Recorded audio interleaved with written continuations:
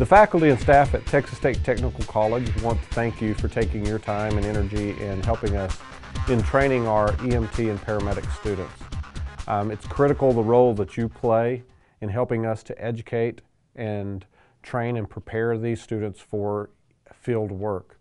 The time that they're going to spend with you is crucial, and you play a vital role in their growth and development. So we want to thank you for that time and that energy that's spent in training our students. This is a very rewarding role. You'll be able to observe and see the transformation of these students as they come in at an introductory level, as an observer level, and they begin to learn what EMS is all about. They're going to come in early with some minimal skills that are going to need development. And as they grow and transform in front of your eyes, you're going to see them move towards a role more of being a team member. They should begin to develop skills and abilities that you've helped to guide those students with, as well as other theories and ideas about EMS and how EMS works. Serving as a preceptor is a critical role for the development of our students, and we want to thank you again for taking that time to do that. There are some specific expectations that we would like to see from our preceptors to help optimize this learning opportunity for our students and this development of these future EMS professionals. As a preceptor, we do ask that you be present during all skills that the student may be performing. And this may be oxygen administration, placing the patient on a non-rebreather mask, or starting an IV. Those are important skills that be observed by you as the preceptor to ensure that the student is performing these skills correctly, and to hopefully receive some feedback and some direction as they're performing these skills. Also, the opportunity to identify learning experiences for the student is another thing that we do ask for you as a preceptor. You're going to understand the things that are specifically going on the student may miss unless you kind of guide them towards these learning experiences.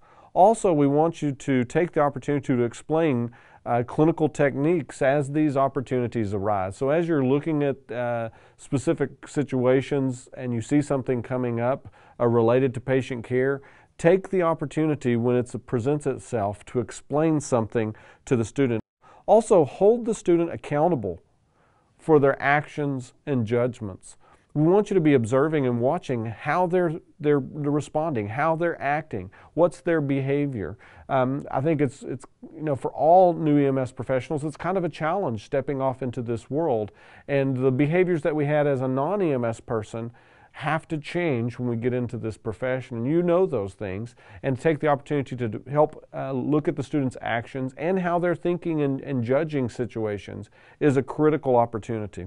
Also, actively stimulate critical thinking by the use of questions and answers. We want you to ask questions of the students. We spend a lot of time in the classroom teaching theory, and in the field they're out there to learn application. By asking questions and challenging them, it helps to bring home this gap between application and theories. Also, we want you to guide the student to assess the whole patient. It's very important that the student learn patient assessment and learn the whole assessment. So taking that opportunity to allow the student from beginning to end to be directed in patient assessment. Also, to provide pertinent feedback after each contact. When they're finished with the call, they need that feedback. They need that opportunity to be critiqued and be directed in things that they could have done better, or maybe something that was going on with the call that was not within their control, but you can teach them from. Maybe something that happened that you've already critiqued, and it's something that's obvious to you, but may not be obvious to the student. Also, to discuss the relationships of EMS professionals with individuals like medical direction, other staff like nurses, and other health caregivers that you may come in contact with. But that role of the medical director is a critical role that the student really has very little concept of prior to coming into EMS. Also, we want you to use effective counseling techniques and coach the student from observer to team leader in the field. In other words, They're going to be developing over these semesters from being a brand new student walking out the door who's just observing and just seeing how things work, eventually moving more towards a team member role. They're going to be actively participating with you in patient care, up to the point in their final semester where our objective is that they're a team leader in patient care. Now that's a very specific area, and we'll talk about that in another video, but we want you to help progress these students and counsel these students along that journey. Also, to maintain an environment that's free of harassment and discrimination. In other words, we want a safe environment for the student. We know that you work very hard to ensure safety at all times for yourself and your partner and your patients and your students, and we don't doubt that at all, but we want to encourage you to think about the student, and they're so brand new to this EMS world, they don't understand how everything works. So sometimes it becomes a little hard for them to understand how EMS works and how the relationships work and how people communicate in EMS. So just keeping that in mind and ensuring that the student always feels safe and always feels comfortable in that environment. And sometimes that puts us as EMS professionals in a challenging place. Also, we want you to help establish that standard of care. We know that you work under these guidelines of a standard of care, but this is something sometimes new for the student, understanding and experiencing this idea of a standard of care, why we do the things we do and why they're important that we do them. And having this standard of care obvious and evident and establishing it with the student is a critical learning experience for the student. We also encourage you to promote this idea of teamwork. It's a little challenging at times when you have a new student out there and they're not really sure what to do or what's allowed, but encouraging and pulling this individual in to be a part of the team is important, and we encourage you to do that and to take the time and the energy to promote teamwork with the student. And sometimes it may require some direction and guidance because the student may want to stand back and not participate. And that's really not acceptable, and we encourage a student to step up, but it's that comfort zone and that feeling like they can. Obviously, we don't want them stepping in and making critical errors or mistakes, but we definitely encourage you to involve them as part of the team. We want you to orient them to site and to the crew and to the equipment that is specific to your facility, to your unit.